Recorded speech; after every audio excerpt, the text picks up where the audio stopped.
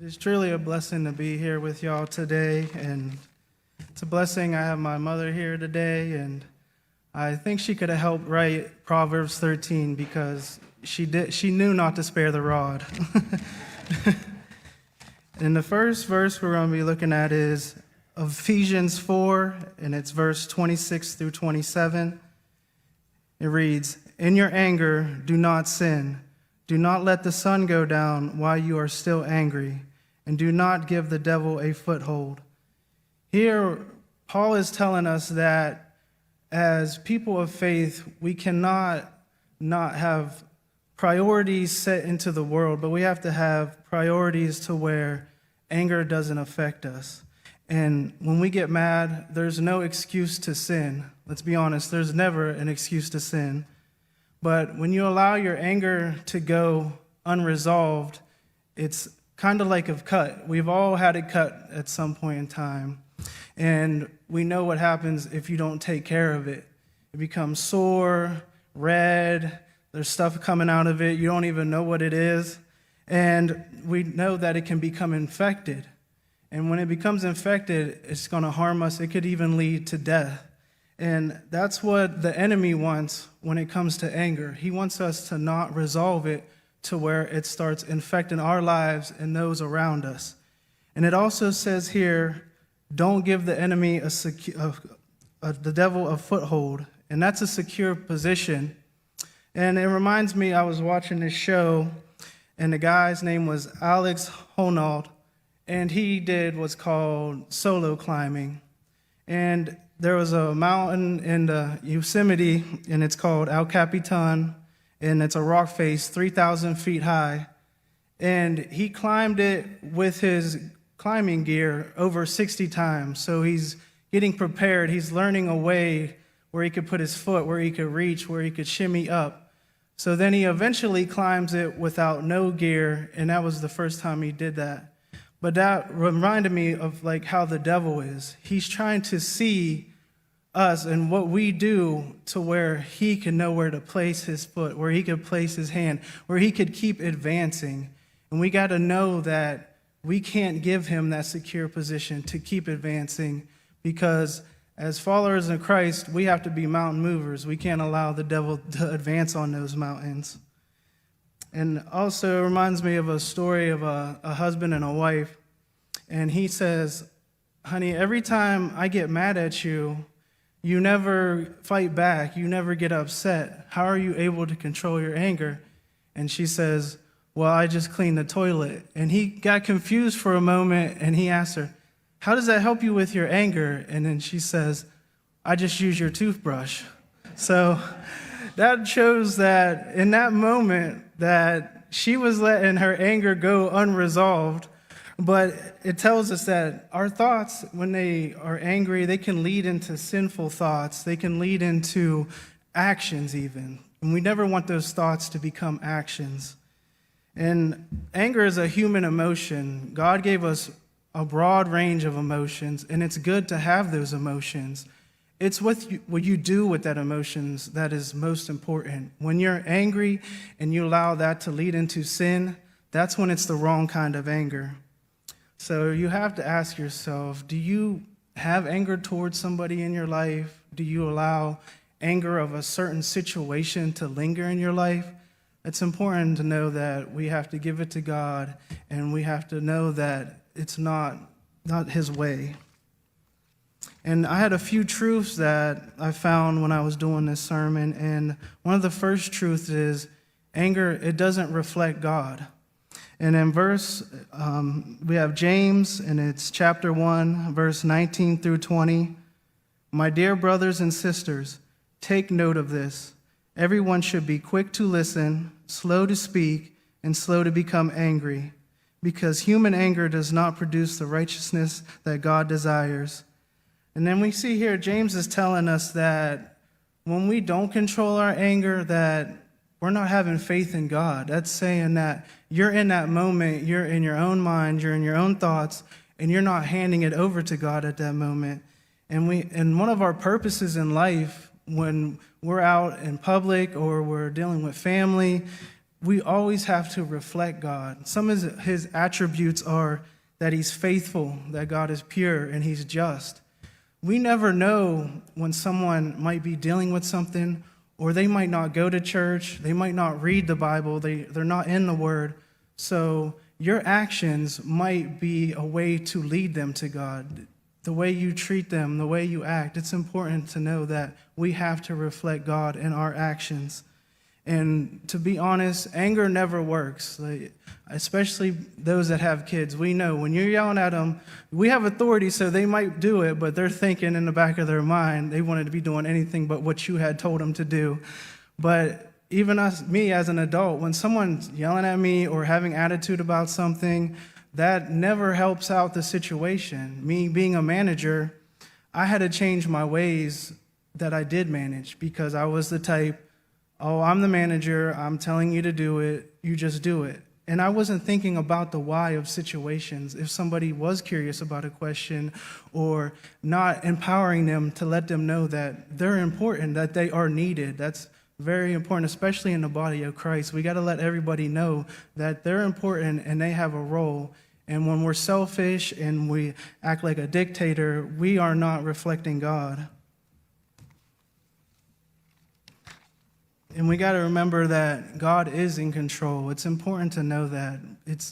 Life's going to be situations where we're just uncertain. But when we give it to God and know he's in control, it's going to work out for us, because his plan sometimes isn't our plans, and his timing isn't always our timing. And we got to know that he always provides what is needed, and he's always just. There's sometimes we're going to be in situations where we feel that it's not fair, that someone's getting away with something, or, that you're in the wrong, but they're still getting the right, if that makes sense. But God, he is a just God, so he is going to have the right time. So we just have to realize that no matter what, people aren't getting away with doing wrong, because God, he is just, and he will bring justice. A second truth that I have is anger makes you look foolish. And I'm sure we've all experienced that. After we get angry, we have that feeling. In Ecclesiastes chapter 7, verse 9, it says, "Do not be quickly provoked in your spirit, for anger resides in the laps of fools." And that always makes me think like an evil villain, he gets a cat in his lap, but a fool, he got anger in his lap. And we have to remember that it's a practical wisdom that we need to value when we're learning from the word. And we can't allow anger to control us. We can't be able to lose our temper, because we do run the risk of looking foolish. And nobody wants to look foolish, especially when it comes to you trying to make a point. If I get angry with somebody, and I have this at work sometimes, I'll be talking to somebody, we're talking about God, we're talking about this, and a donor will come up and they'll say something about, I don't believe in that, I don't believe in this. If I get angry with that person, am I going to get through to them, or am I going to be able to state my case in a pure way? No, it's going to turn into an argument, a battle, a back and forth, and that's never good. We're both going to look foolish. And that ignores godliness when we get angry like that, and it leaves us to not have common sense. And we got to know that a foolish person allows their emotions to control them. And someone told me something one time that I thought was really good. They said, sometimes emotions lie. And that's true. You might be thinking something is going on, and it might be totally different. So we can't be led by our emotions in anger. And Benjamin Franklin once said, "Anger is never without a reason, but seldom with a good one." And I thought that was so good, because you may have a reason to be angry. We all may have reasons to be angry. But is it really worth losing our integrity in God for that reason? It reminds me of my brother and my friend. We're grown at this time, and they're playing a video game. It's Madden. It's a football game. And the game starts, it's friendly, Well, someone starts losing. So now their anger kicks in. It's getting madder and madder. Now they're arguing. You have two grown men arguing over a video game that has no relevance in the real world. It has no relevance whatsoever. So it got to the point where they're saying, let's go outside and fight. And I was like, okay, I got to intervene now. And I told them, I said, you guys are fighting over a video game right now. You look so foolish. And I was like, this is perfect for this sermon. I was like, so God does give you some stories, because that was probably 10 years ago. But I was thinking, like, how dumb it was for them to be arguing over something that wasn't even relevant. And we have to know, before you allow anger to take over, you have to recognize your triggers. I know when I'm starting to get anger. I struggled with anger when I was younger very badly. And, you could go to all kinds of classes and therapies and different things, but when you have God in your life, when you have Jesus, that's the best thing you can have for anything that you're struggling with. I realized no matter what, that I have him and I can lean on him. But one of my triggers is I start clenching my fist. I feel when I'm getting angry, you're like, oh, you feel that anger coming. I get all hot and different things, but I recognize that trigger now, and you have to have a plan. You have to see what your triggers may be when you're starting to become angry. And it's simple as going to the fridge and getting something to drink, just to take that time to pause, cool off. Even going outside and walking, like, the world is so beautiful. People just don't think about it nowadays. Like, it's all the electronics and different things going on in the world. It's so nice to just be outside in the peace of God and just to walk and see all his beautiful creations. That can help you just calm down, and it helps you leave a situation that is just going to turn into something that's not going to be good for you or the other person.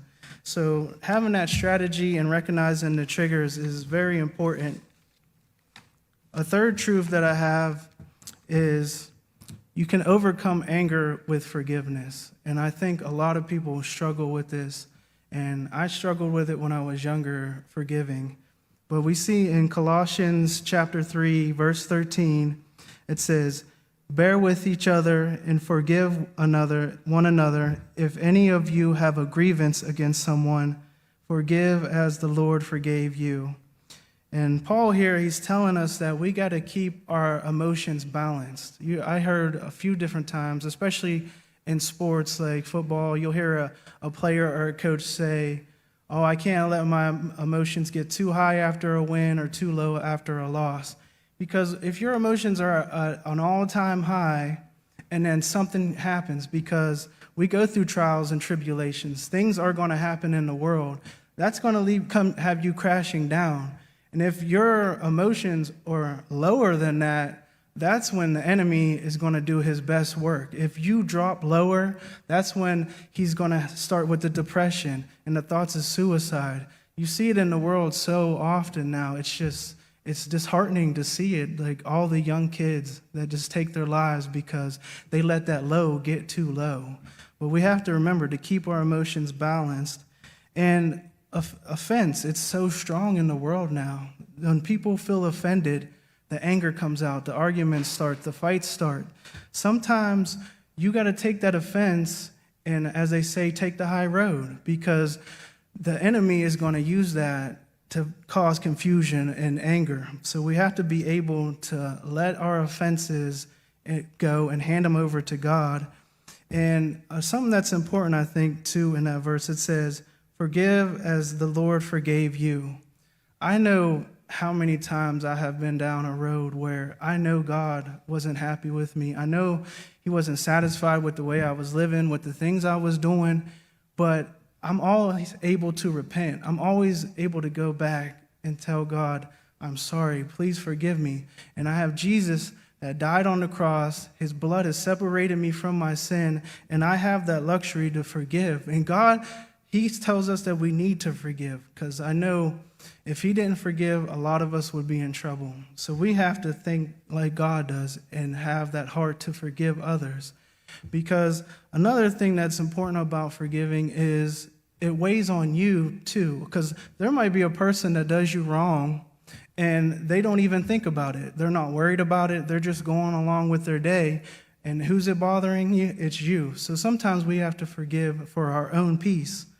And there's a quote that I had seen, and it says, I never knew how strong I was until I had to forgive someone who wasn't sorry and accept an apology I never received. And I think that's so good because it just tells us that you can be strong and we can be strong because God lets us know when we are weak, he is strong. He lets us know that. And it reminds me of a situation with my brother and another friend. And it's not about video games this time. But they were out on the road, and he introduced drugs into my brother's life. And he got back off the road, and it really hurt him and I's relationship. And he was thinking things that weren't true, and it really did hurt our relationship. And I was so angry at that guy. Like, we grew up as friends, but my brother's grown. I understand that. Like, he makes his own decisions too, so I hold him accountable for that. But I was so angry at that guy for introducing these drugs into his life, and I was on Facebook Messenger every day, and I'm telling him how much I hate him and how much I want to hurt him, and I can't wait to find him. And the enemy was just using me. Like, he was using it as fuel, and every day this was on my mind. And then one day God told me, he said, I got bigger things for you. I got bigger plans for you, but that's not going to happen if you stay in this pain, if you stay in this hurt and this anger. So I messaged him one day.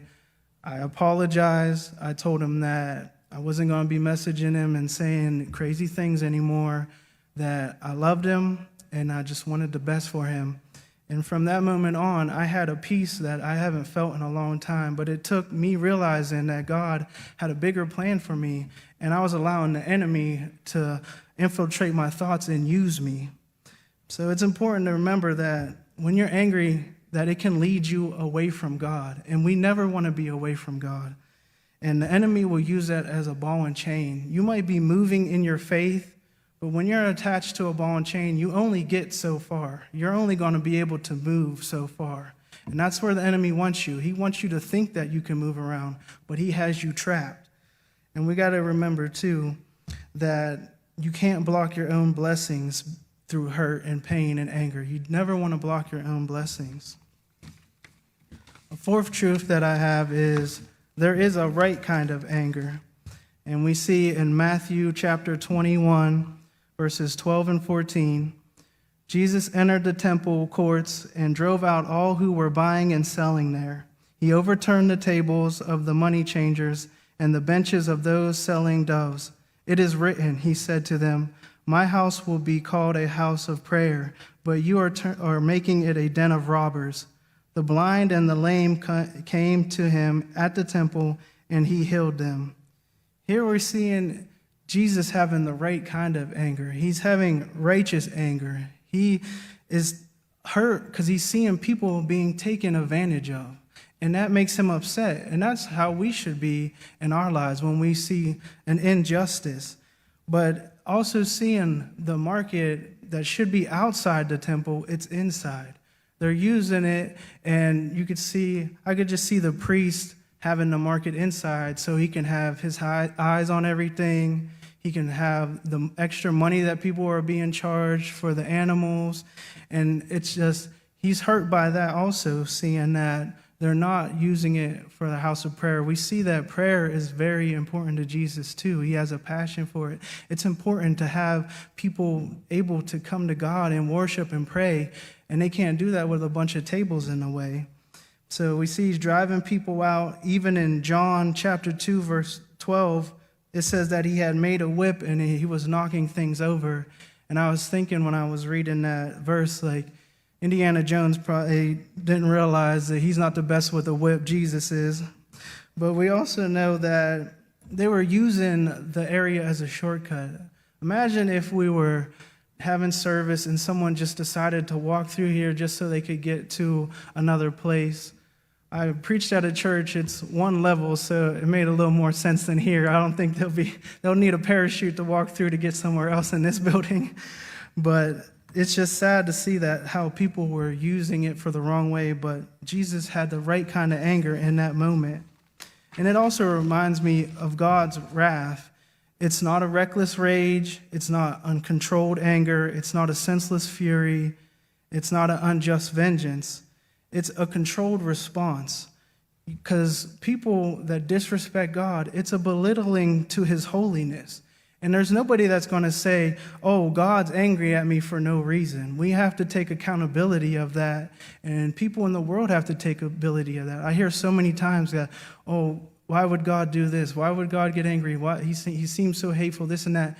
But we do it to ourselves. If everybody was moving in Christ and had love and peace, we wouldn't have any of those problems. And it reminds me of a woman. I was leaving Walmart one day, and this lady's just screaming at her kid at the top of her lungs. And I just felt so bad. I went over to her. I said, ma'am, you don't need to be screaming at your kid like that. And she said, well, who are you? You don't know me. You can't tell me how to raise my kid. And then I was thinking, I was like, yeah, she's right. I said, ma'am, I don't know you, and I don't know what was going on for you to be yelling at him. But how would you feel if somebody was yelling at you like that? And at that moment, she stopped, and you could tell she was getting emotional. And she said, my husband, he does yell at me like that. He does treat me that way. And then she bent over, and she gave her kid a hug, and then she said sorry. But I was glad that I went and talked to her and made her realize that someone had treated her the exact same way, and it didn't make her feel good. And that's the kind of righteous anger that we got to have when we see something wrong. As people of faith, we have to step up sometimes. I feel a lot of times people now, with the offense that we talked about previously, that people want to just tuck back. They don't want to say nothing. They don't want to be bold for God. And I feel like we have to be bold for God, because if nobody else is, then nobody will. So we have to remember that righteous anger is a good thing. It isn't bad. And we have to allow that to push ourselves to do something about it. We got to be able to know when something's wrong is being done, and we got to be that source of light. A fifth truth that I have is anger affects your peace. And when you have peace, it's a feeling that is just so incredible. When you have that peace of Jesus in your life, no matter what's going on, it could be so crazy, the world could be flipped upside down, but when you have that peace, you know God's there, that he's going to make everything right. And we have to have that faith in him. In Colossians chapter 3, verse 15, it says, let the peace of Christ rule in your heart, since as members of one body you were called to peace, and be thankful. Here, Paul is telling us that we have to pursue peace. We have to make sure that it's a priority of ours to have peace. And we got to have peace with each other. We got to stay in tune with each other, especially in the church. You know, sometimes you have people that think, oh, I know so much. I know all these scriptures. I know all these verses. I read the book. But the weakest member of the congregation is the strongest in that way, because we have to be together. And it's important to instruct others, and it's important to direct people using good sense and common sense, especially when it's other people in faith. And we know that we have to have gratitude. We got to thank God. We have to be able to know that everything he's doing in our lives has a purpose, and he is giving us that peace. It's kind of like we can't swim and we're drowning. God comes into our lives. He helps us. We learn how to swim, and then we just forget about God. We should be always remembering it's God that is doing it for us, and we should be thankful. And honestly, anger will eat away at your peace. It will slowly eat away until there's nothing left. It might not be all at once, but it will eventually leave you feeling empty. And we know that Satan will use anger to destroy your peace. He wants to destroy relationships that you have. He wants to destroy your life. And ultimately, he wants to destroy you. He don't want you to have any peace. And that's what's so tricky about the enemy. He'll try to bring you peace and other things. But those things won't last. Those things will fade away. We have to have peace that Jesus brings to our hearts, because that's going to be an everlasting peace. And I was thinking about a scene that I was watching Forrest Gump. It wasn't recently, but I was thinking about a scene where Lieutenant Dan, they just bring up a net, and him and Forrest are looking at each other, and the net's empty, and he says to Forrest, "Where's your God now?" Well, the next scene right after that, they're in this huge storm. It's like a hurricane going on. Lieutenant Dan's at the top of the boat, and he's arguing, he's yelling, he's screaming, he's angry at God, he's battling and challenging God. But after that, they were the only boat left, so they were getting all these shrimps, and things are going well. And Lieutenant Dan looks at Forrest and he says, "I never thanked you for saving my life." And then he hops off the boat and he's swimming, and there's that beautiful sunset in the background, and the sky is just beautiful. And in the narration, Forrest says, he didn't say it, but I think Lieutenant Dan found his peace with God. And that's how it is too in our lives. Sometimes when things go wrong, we want to battle and go against God, and we try to blame him for different things. But when we walk in faith, we realize that we have to be at peace with him. We can't be battling with him. We have to take what he gives us, because, like I said, we're going to have trials and tribulations, so it's important. But I thought it was good that he said that he found his peace with him. And the devil, he'll definitely try to steal your peace, and it's important to know that we can't allow him to do that. We have to replace our anger and separate it from the enemy. We have to put it in God. We have to stand with Jesus, and we got to know God is working for the good in our lives, and he can overcome anything. And with the conclusion that I wrote, anger can be a strong emotion that becomes bad when it's not righteous and leads to sin. You don't always feel in control, and that allows anger to come into your life like a raging bull. But remember, God is in control of all things, and you must lay it down at his feet. People are going to upset, offend, and hurt you. Forgive them, not for their sake, but for your own. Use anger as a tool to do what is right when you see injustice, when you see things that are morally wrong. Most important, keep God at the center of every problem, situation, and relationship. Allow Jesus to be your peace, and he will guard it.